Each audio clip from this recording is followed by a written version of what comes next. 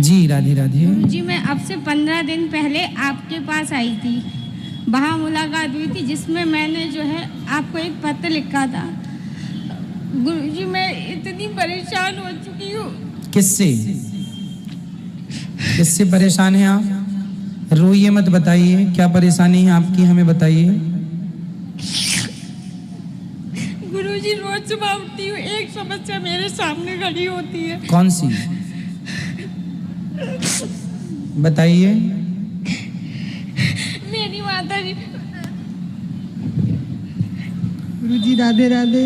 जी मैया, क्या हुआ? ये बच्ची क्यों रो रही हैं? प्रणाम गुरुजी, बच्ची हमारी बहुत परेशान है, हम भी बहुत परेशान हैं। क्यों? बेटी की शादी हमने 2016 में की थी, उसको लेकर 2 महीने भी बेटी मेरी भाग नहीं रह पाई। उन लोगों ने ऐसे इतना प्रताड़ित करके घर से निकाल दिया। तो निकालने के बाद ये तब से आपके पास मायके में है? जी मायके तो वो में। ससुराल वाले क्या चाहते हैं? वो चाहते हैं कि हम इसको छोड़ दें। क्यों, क्या कमी है? पता नहीं, बिहारी जी जाने क्या कमी है, हमारी निगाह में तो कोई कमी है नहीं। तो वो क्या कहते हैं? कुछ तो कहते होंगे। सामने बात ही करने को तैयार नहीं है। आज गुरुजी मैं बहुत दिन इनसे बात कराओ। तो आपके पति क्या करते हैं? गुरुजी जब मैं वहाँ थी तो जो है वो मोटर पार्ट्स का बिजनेस करते हैं। आज की तारीख में वो जिंदा है या मर गए मुझे ये भी नहीं पता है। ससुराल में से जो कोर्ट में तारीखें वगैरह पड़ती हैं तो उसमें सिर्फ फादर इन लॉ आते हैं और कोई नहीं आता। तो वो आपको क्यों नहीं पसंद कर रहे हैं, क्यों नहीं रख रहे हैं? आपकी तरफ से कोई गलती हुई या उनकी तरफ से? गुरुजी मेरी नज़र में मेरी कोई गलती नहीं है। मैंने मतलब हर उनकी बात को, यहाँ तक कि उन्होंने कहा आप अपने माता पिता से संबंध तोड़ दो, मैंने उन लोगों के लिए वो भी कर दिया। फिर? लेकिन गुरुजी उन लोगों ने उसके बाद भी मुझे घर से निकाल दिया। तो आपको जब निकाल दिए तो क्यों निकल आए घर से? बोलिए घर हमारा, हम शादी करके आए हैं। शादी हुई थी आपकी विधिवत, दोनों की राजी मर्जी से? जी। तो फिर क्या दिक्कत हुई उनको? ऐसे कोई कैसे निकाल देगा अपनी बहू को घर से? सर वो गुरुजी उनकी नजरों में मैं एक किराएदार थी, एक तो अभी केस कैसा चल रहा है? काहे का चल रहा है केस?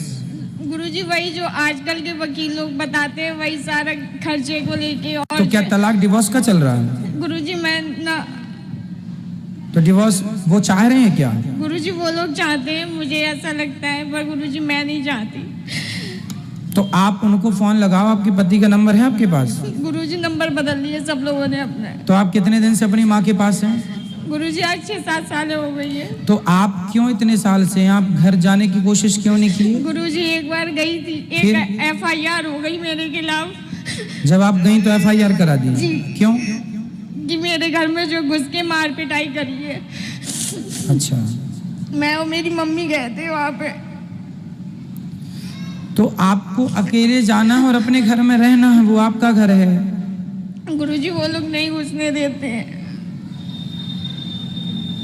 फिर आप बताओ क्या समाधान है?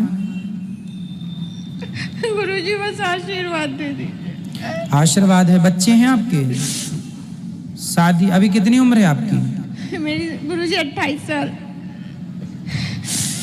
चलिए उनसे कोई बातचीत यदि हो तो फिर हम बात कर लें, बात करके समझाया जा सकता है। देखो रिश्ते गलतफहमी से टूट जाते हैं, वो क्यों गलतफहमी में है, वो क्यों तोड़ना चाहते हैं रिश्ते, कुछ जानकारी है कि वो क्यों तोड़ना चाहते हैं? गुरुजी मेरी मतलब एक जगह से मुझे सुनने में आया उन्होंने दूसरी शादी भी कर ली है। तो फिर आप तो केस कर सकते हैं उन पर कि भाई शादी तलाक हुआ नहीं, डिवोर्स हुआ नहीं। ईश्वर हमेशा हर जगह हर बार अन्याय नहीं होने देते, कभी न कभी अपने भक्तों के साथ न्याय जरूर करते हैं। देर लगती है थोड़ा सा, पर ईश्वर भक्तों के साथ गलत नहीं होने देंगे। एक प्रार्थना है, जितना आप बूढ़ी माताओं के बारे में बोलते हैं थोड़ा सा बहुओं के बारे में बोले।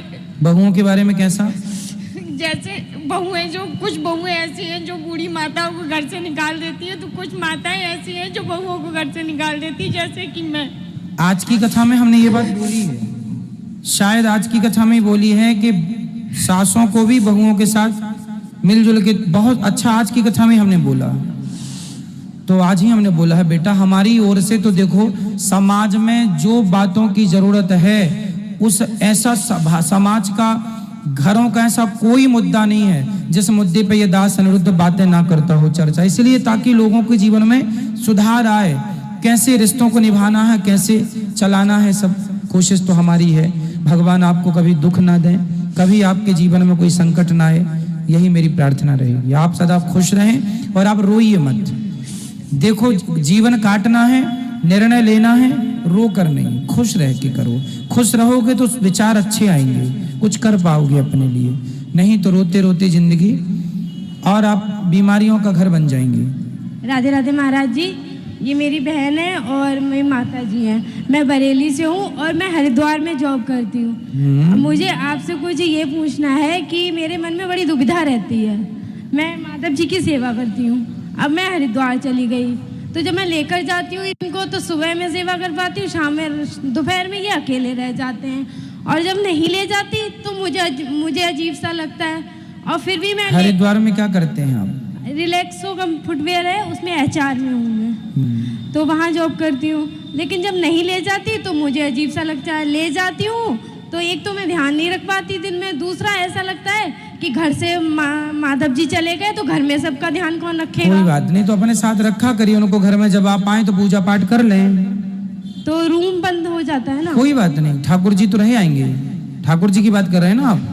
हाँ, तो जब आप आएंगे सुबह शाम तो घर में आते होंगे। हाँ, तो सुबह शाम पूजा करें, दिन में आप तो काम करेंगे, सब करते हैं काम। अच्छा महाराज जी, फिर एक दुविधा और रहती है कि फिर जब मैं ले जाती हूँ तो मेरे को लगता है घर में कौन ध्यान रखेगा सबका, मम्मी का, पापा का, भैया का। अगर माधव जी मेरे साथ चले जाएंगे क्या? कोई बात नहीं, भगवान तो सब एक जगह रह के सबका ध्यान रख लेते हैं, ठीक है महाराज जी। जब मैं किसी मंदिर में जाती हूँ, मेरी कोई घर में पूजा होती है, तो मुझे रोना क्यों आता है? अच्छा है, रोने के बहुत सारे कारण हैं, पर भगवान से प्रेम हो, भगवान के लिए हम रोए प्रेम से, तो वो रोना सार्थक बहुत है। रोना आता है। ठीक है, भगवान के लिए रोना अच्छी बात है। राधे राधे महाराज। खुश रहिए। जिनका